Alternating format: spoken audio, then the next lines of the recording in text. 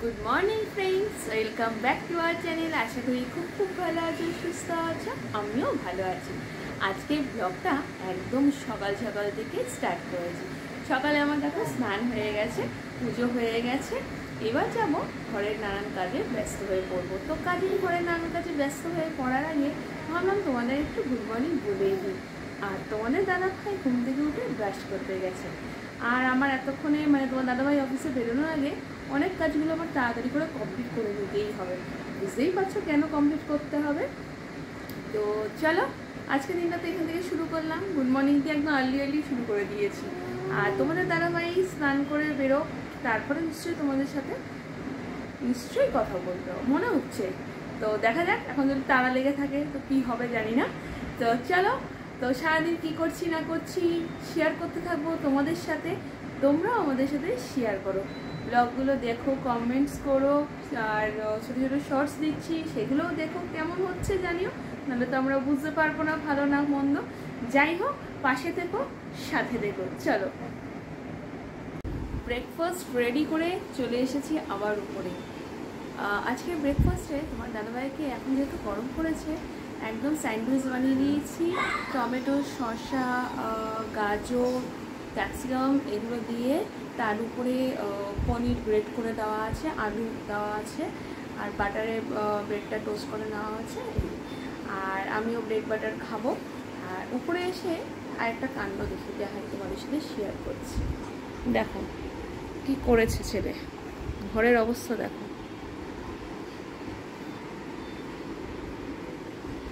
কিছু বাদ নেই, সমস্ত যা কিছু সব ছিল তছনছ করে ফেলেছে।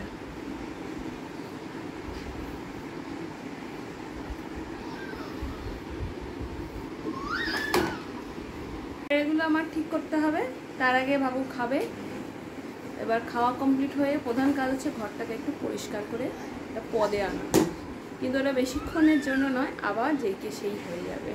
চলো, কিছু করার নেই, আবার গোছাবো, আবার তছনছ হবে, আবার গোছাবো, এই করেই সারাটা দিন চলছে আমার। চলো দেখতে থাকো। Good evening friends. সকাল থেকে তো ব্লগে আসতেই পারিনি, আর এখন সন্ধ্যাবেলা অফিস থেকে ফিরে আমার যেটা অভ্যেস, গন্ধ যদি বাড়িতে ভালো রকম কিছু পাই তাহলে তো রান্নাঘরটা একবার ঘুরে যেতেই হয়। দেখো এখনও কিন্তু জামা প্যান্ট চেঞ্জ করিনি। তোমাদের দিদি কী সব রান্নাবান্না করছে একটু দেখিয়ে দিই। এই দেখো বন্ধুরা, সেমই ঘিয়ে ভাজা চলছে।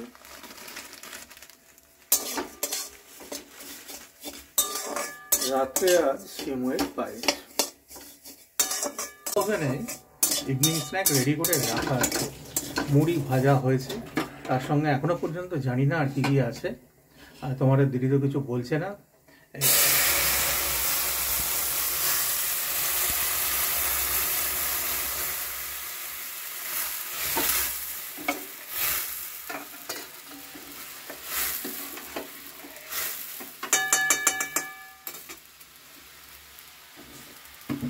ফুটতে থাকুক, তারপর রাত্রে ফিডব্যাকটা দেবো। গন্ধ শুকেই তো মনে হচ্ছে ভালোই হবে, বাকি ফিডব্যাকটা রাত্রে। আর এদিকে দেখো মা কি করছে, একটা বরফ হয়ে জমে যাওয়া কোল্ড ড্রিঙ্কস সেটা খোলার আপ্রাণ চেষ্টা চলছে, কিন্তু সেটা খুলতে গেলেই একদম ফ্যানা উঠে সব ভর্তি হয়ে যাচ্ছে, যে কারণে এইখানে দাঁড়িয়ে এটা খোলার চেষ্টা চলছে। বন্ধুরা, আমি কিন্তু চলে এসেছি রান্নাঘর থেকে, দেখেই বুঝতে পারছো প্রচণ্ড গরম, তার মধ্যে এখন ঘেমে ঘুমে কি অবস্থা। যাই হোক, এই একজন ছোটজন একটু আগে ঘুম থেকে উঠলো, এখন একটু এদিক ওদিক করছে, যে এই বাবাকে দেখেছে, তাই তো হ্যাঁ। যাই হোক, এবার দেখো তোমাদের দাদাভাইকে দেখাই। এই যে তোমাদের দাদাভাইয়ের কাছে চলে এসছে, দেখো কে এসছে কাছে। আচ্ছা, এ দেখো আমার সন্ধ্যে খাওয়ার। এই যা গরম পড়েছে, সলিড কিচ্ছু খেতে ইচ্ছে করছে না, তোমাদের দিদি লস্যি বানিয়ে দিয়েছে, এটাই খাবো ব্যাস। এবং ঘটনা হচ্ছে আমার তো অলরেডি টেস্ট করা হয়ে গেছে, দারুণ বানিয়েছে। আর আমি আজকে তখন দাদাভাই দেখাচ্ছিল, আমি মুড়ি ভেজেছি, মুড়ি পাঁপড় ভাজা খাবো, তার জন্য আমি লস্যি খাই খুব একটা নয়, বিকেলে তোমার দাদাভাই যতটা ভাত খায় আমি অত না, আমি খেলে অত দুপুরে একটু খাবো, এই আর কি। যাই হোক, তো বিকেলবেলায় তো টুকটাক কাজগুলো কমপ্লিট করে এই আসলাম। চলো, এখন আর এই ছোটো ছোটোকে ধরে রাখা যাচ্ছে না, সব কিছু ফেলে দিচ্ছে। তো কাজে আপাতত ক্যামেরাটা অফ করছি, কিছুক্ষণ বাদে আসছি। ডিনার তো একদম রেডি করে নিয়ে চলে এসেছি উপরে। এবার তো খাচ্ছি, অর্ধেক খাওয়া হয়ে গেছে। তা ভাবলাম বলতে তো বলিনি আছে কি ডিনারে করলাম, চলো একবার দেখিয়ে দিই। এই দেখো, সিমুইয়ের পায়েস, এঁচড়ের ডালনা, আর এখানে পরোটা। চলো ডিনারটা করে নিই, তারপর তোমাদের দাদাভাই বলবে কেমন হলো। চলো বন্ধুরা, চলে এলাম ডিনারের পর। আর শুধু ডিনার বললে ভুল বলা হবে, একদম দুর্দান্ত একটা ডিনারের পর। আর তোমাদের দিদি ওইদিকে দাঁড়িয়ে দাঁড়িয়ে হাসছে, যদিও দেখো এখনও তোমাদের দিদি কাজ করে চলেছে। এই দেখো, আর কাজ, সারাদিন কাজ, সকাল থেকে চোখ মেলার পর থেকেই কাজ শুরু, ঘুমোতে যাওয়ার আগ পর্যন্ত এখনো কাজ চলছে।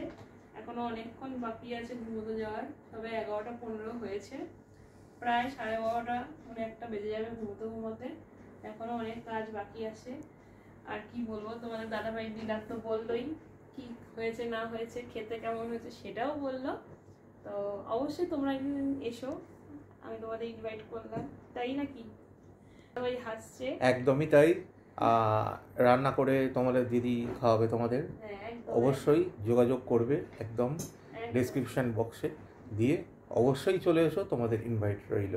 নতুন বছর মানে শুরু হলো তোমাদের, আবার বলছি তোমাদের খুব ভালো কাটুক, সাথে আমাদেরও। নতুন বছরে কিভাবে তোমরা মানে সেলিব্রেট করলে আমাদের সাথে জানিও। আমরা তো তোমাদের সাথে জানিয়েছি যে দিনটা কেমনভাবে কাটালাম, চেষ্টা করেছি যতটা সম্ভব। তোমরাও চেষ্টা করো আমাদের জানিও। তো চলো আজকের মতো ব্লগটা এখানেই, কিন্তু তোমাদের দাদাভাই আরও কিছু বলবে, আমি কিন্তু আমার তরফ থেকে গুড নাইট বলেই দিলাম। এতক্ষণ ধরে আমরা দুজনে তোমাদের সাথে গল্প করছি। কেন সেটা জানো?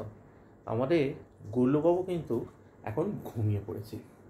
আজকে একটু তাড়াতাড়ি খাওয়া দাওয়া করে ঘুমিয়ে পড়েছে, যেটা কিন্তু আপাত দৃষ্টিতে খুব ভালো মনে হলেও এটা কিন্তু একটা বিরাট বড় অশনি সংকেত।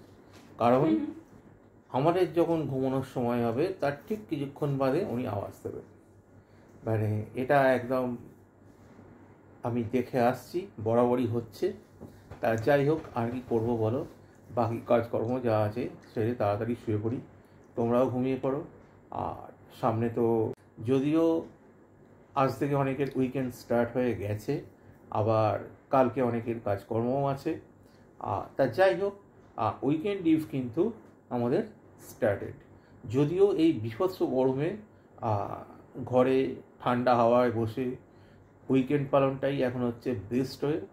আর অন্য কোনোভাবেই উইকেন্ড পালনের কোনো কথাবার্তা মাথায় আসে না। আমার আসে। তোমাদের দিদি দেখো, কথাটা যখনই বলছি তখন থেকে এই শুকুটি করছে, দিয়ে টুক করে বলে দিল আমার আসে। আমার আসে। হ্যাঁ দেখো, গরম থাকবে, শীত থাকবে, সব কিছুই থাকবে। তো কাজেই শীত গরম সব কিছুকে সাথে নিয়ে আমাদের চলতে হবে। তো কাজেই আমরা যদি ভাবি যে শীতে বেরোবো না, বেশি শীত, গরম বেশি, বেরোবো না, হয় না। ইচ্ছে থাকলে উপায় হয়। তো কাজেই এখন তোমার দাদার ইচ্ছা, কি করবে। আমার পক্ষে তো আমি যেটুকুন বলেই দিলাম। তোমাদের দিদি যেমন গরম শীত সব সমানভাবে নেওয়ার কথা বললো, ঠিক সেম ডায়ালগ আমিও কিন্তু শীতকালের জন্য তোলা রাখলাম। আমি ঘুরতে যেতে জিজ্ঞেস করো, আমার শীতকাল ভালো লাগে না ঠিকই, কিন্তু কোনো জায়গায় যেতে বললে না গো বেশি শীত, এটা কিন্তু বলি না। জিজ্ঞেস করো। না, সেটা তো অবশ্যই বলে না, কিন্তু শীতকাল পছন্দ করে না। তা যাই হোক, বিতর্কে গিয়ে লাভ নেই।